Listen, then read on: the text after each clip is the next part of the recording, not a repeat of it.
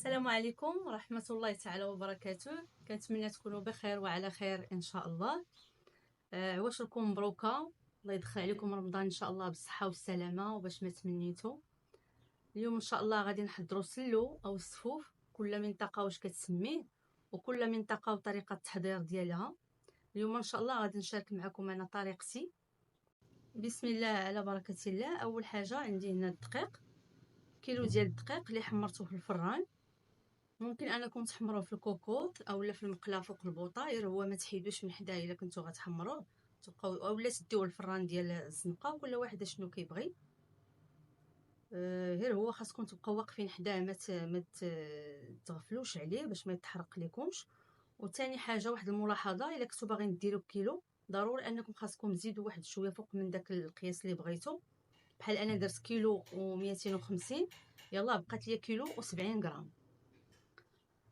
بالنسبه للوز عندي كيلو اللي دهنتوه بالزيت وحمرته بالقشره ديالو.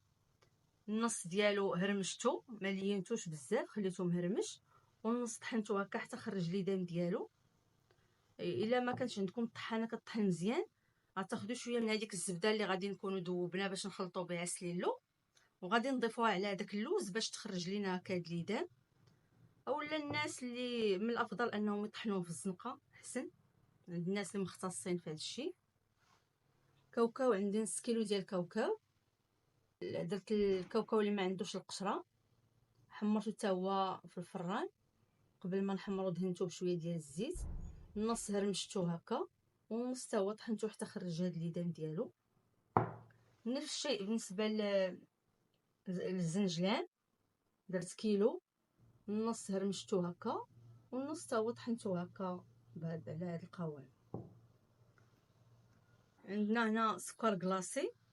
السكر كلاصي تيبقى على حسب الذوق، نتوما كتخلطوا، نتوما كتذوقوا تتشوفوا الحلاوه اللي بغيتو. عندي النافع وحبه حلاوه اللي صهدتهم في المقله مزيان. من الافضل انكم ما تحمروهمش، كيعطيو واحد المذاق خايب، غير حتى كيسخنوا مزيان. وكنحيدهم غير باش يطحلوا لينا في الطحانه. درت 2 معالق ونص من النافع و2 معالق ونص من حبه حلاوه. وضروري انكم فاش تطحنوهم تغربلوهم. عندي المسكه الحره، واحد 7 ديال الحبيبات اللي طحنتهم مع السكر. القرفه 2 المعالق.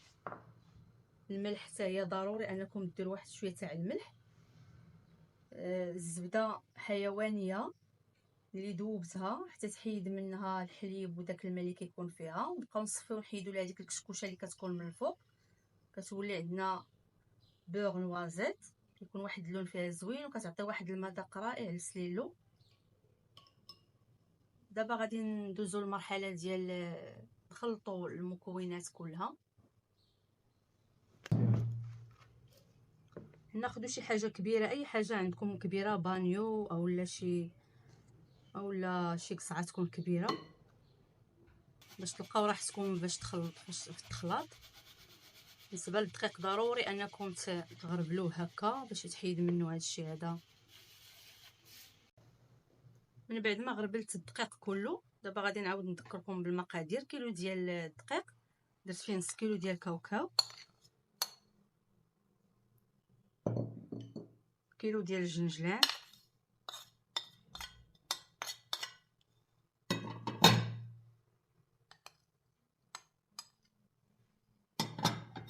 كيلو ديال اللوز،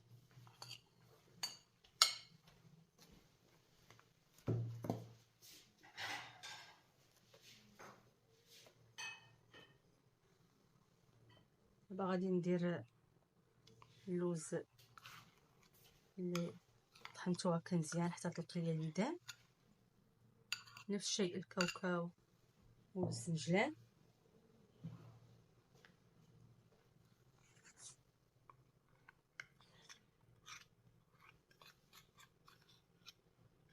الا طحناهم بهذه الطريقه هكا تيساعدونا اننا ما كنكثروش اليدان بزاف من الزبده ولا الزيت.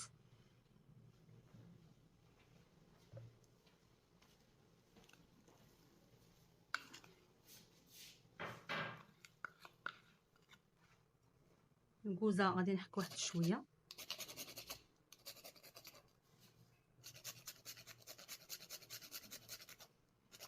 جوج معالق ديال القرفه.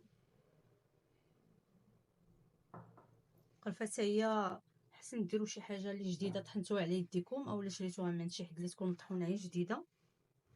جوج معالق ونص من حبه حلاوه، جوج معالق ونص من النافع،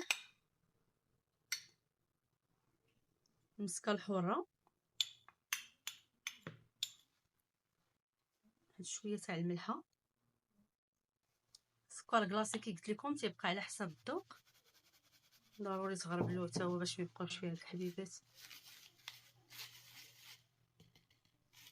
صافي دابا غادي نخلطو هو الاول، عاد نبداو نشوفوا شحال غنخصنا نزيدو تاع الزبده. تقدروا تخلطوه في العجانه، حتى العجانه راه كتخرج ليه داك اللي دام اللي فيه زوينه في الخلاطه ديالها.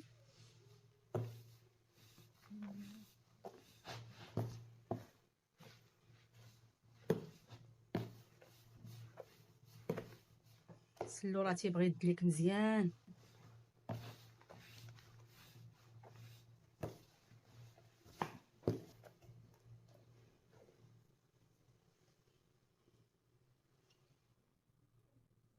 نزيد واحد شويه ديال الزبده، نعاود عاوتاني نعركو مزيان.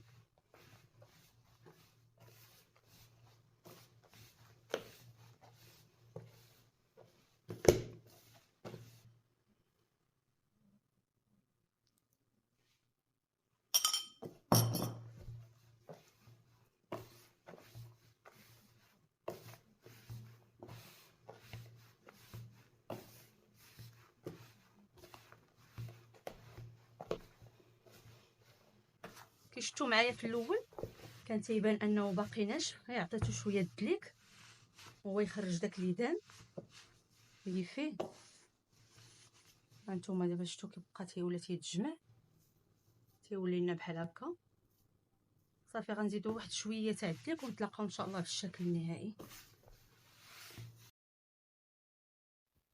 هذا هو الشكل ديال السلو. التقديم تيبقى على حسب الرغبه، يجي معلك ولذيذ، كيبقى مده طويله ما كيوقع ليه والو. ممكن انكم تحتفظوا به في المجمد كيبقى بحال يلاه قديتوه. وبالنسبه للقوام ممكن انكم تنقصوا او تزيدوا. كنشكركم على المتابعه ديالكم، وما تنسونيش من لايكاتكم، واللي كيشاهد القناه لاول مره يضغط على زر الاشتراك. ومع السلامه في وصفه قادمه ان شاء الله.